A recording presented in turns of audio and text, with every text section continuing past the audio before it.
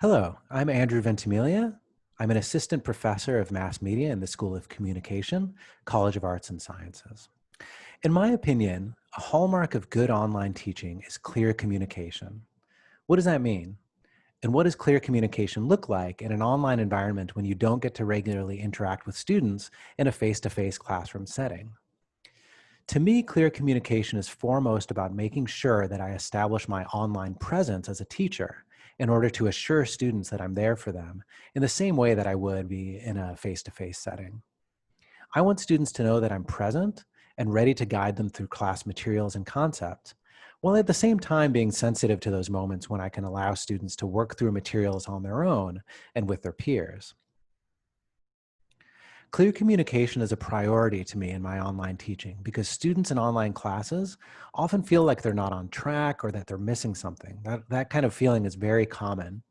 So maintaining open and clear communication with students is crucial to reducing their anxiety, to demonstrating that you're there for them in online environments, and just helping them know that they're not alone. In order to ensure clear communications and clear expectations for my students, I make it a priority to communicate with them regularly and through a variety of methods. I make email announcements to them every time I open a new lesson online and before every major assignment. I often have a regular schedule with my announcements, so the students implicitly recognize a routine to when I'm going to reach out to them. And sometimes I'm redundant in the ways that I provide information to students, especially when it comes to due dates. And that's just, those are all ways to increase chances that important class information will get to the students when they need it. The design of announcements can also be important. So I do my best to front load important information, use bullet points, bold fonts, things like that. These are all ways to draw students to the most important information that I want to communicate. Also, I make sure that I email my class as early as possible before the semester even begins to assure them that a real person is on the other side of that course website and that I'm working hard to get the online course up and running. The other important thing in terms of open and regular communications is that I make sure that I'm readily available to my students. I provide my email address, Zoom meeting info, and I provide it everywhere so it's easy to find. I try to front load this information in my syllabus and course landing page, and then I also remind students in announcements, assignment prompts, and elsewhere that I'm always available for questions and concerns. Another key component of clear communication is setting clear expectations for students in terms of the content they'll be responsible for knowing and the ways that knowledge will be assessed through assignments and activities. So for instance, I try to be very thoughtful in my preparation of the design of my online units and in my recorded lectures. Each unit has a clear and repeated structure with an overview, a section for materials, activities, and also a checklist that provides everything that they need to complete and when the deadline for completion is. This structure assures that students know what's expected of them and where to look for information in each unit. Similarly, I structure my recorded lectures in the kind of similar purposeful way, leading with an overview of what will be covered in the lecture and making sure to flag important content as I work my way through the material. I then schedule synchronous sessions for discussion, clarification, and review. In all this course content, whether it's written or recorded, tone is also important. I try my best to be personable in my videos so that students connect and engage with the material. I do this because it's worth recognizing that one of the things that can be lost in an online environment are those really intangible moments of human connection between teacher and student.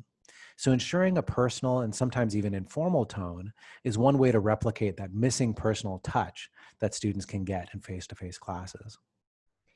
Even with all this preparation, there are still going to be moments when my communication is unclear. This is most evident when I might suddenly get an avalanche of panicked emails, whether it's because of the prompt for an assessment might be confusing, due dates are not aligned with the syllabus, something like that. Those little mistakes are bound to happen. Just as in a face-to-face class, I assume that for every email I receive, there are a few students who are just as confused about something, but haven't emailed me to express their concern. With that in mind, I always make sure to relay that correction or clarification to the rest of the class. Just as with any other announcements, these announcements of clarification let the students know that I'm there for them and that the online course is, for lack of a better term, a kind of living document that changes according to the needs and expectations of the students in class, just as I would have to improvise in a face-to-face class. One of the biggest challenges of online teaching is also that students lose the opportunity to check in with each other as a way of understanding what's expected of them and evaluating their own shared understanding.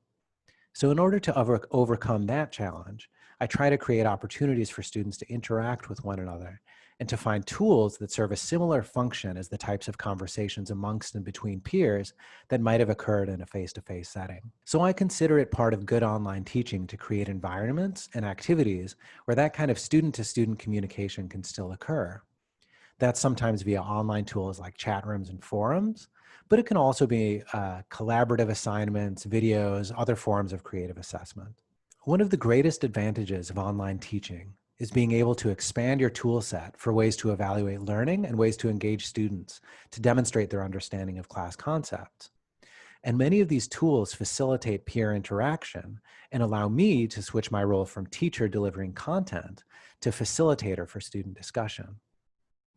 While online teaching can be incredibly challenging, those of us that are invested in developing our skills in this area do recognize that the hard work pays off in terms of student engagement, learning, and success. My big aha moment on that front was probably when I noticed that the amount of email I was getting from panicked students was starting to drop. My first reaction was, oh, the students are starting to check out. But to the contrary, I realized that the class was actually working as intended and that any necessary interaction and engagement was happening within the class itself and not necessitating emails to the teacher on the outside, as it were. With a vibrant set of forums to discuss materials, collaborative assignments where students could read and respond to other students, and with clear assessments, the online site really did begin to feel like a virtual classroom, even if a lot of the activity was going on asynchronously. That being said, online teaching can be incredibly complicated, and the sheer quantity of tools that are available, the different ways that we can assess student learning, and the different online activities that we can create can both facilitate engagement, but also there's a real risk of overwhelming both teacher and student, muddying those lines of clear communication. In my opinion, what makes a successful online teacher and what I think I'm most proud of in my own teaching is the recognition that those myriad tools, they need to be used with purpose and intention rather than just trying on every new platform or software gadget available to see what sticks. While it is incumbent on us as teachers to continue to try new tools and improve our methods, it's equally important to ensure that students aren't overwhelmed or confused in the digital environment. I believe a successful teacher tries to ensure the same learning objectives and outcomes that they would for any class, be it online or face-to-face. And a good teacher understands that new online tools and methods are subservient to the same objectives and principles that govern good teaching in the classroom. Thanks.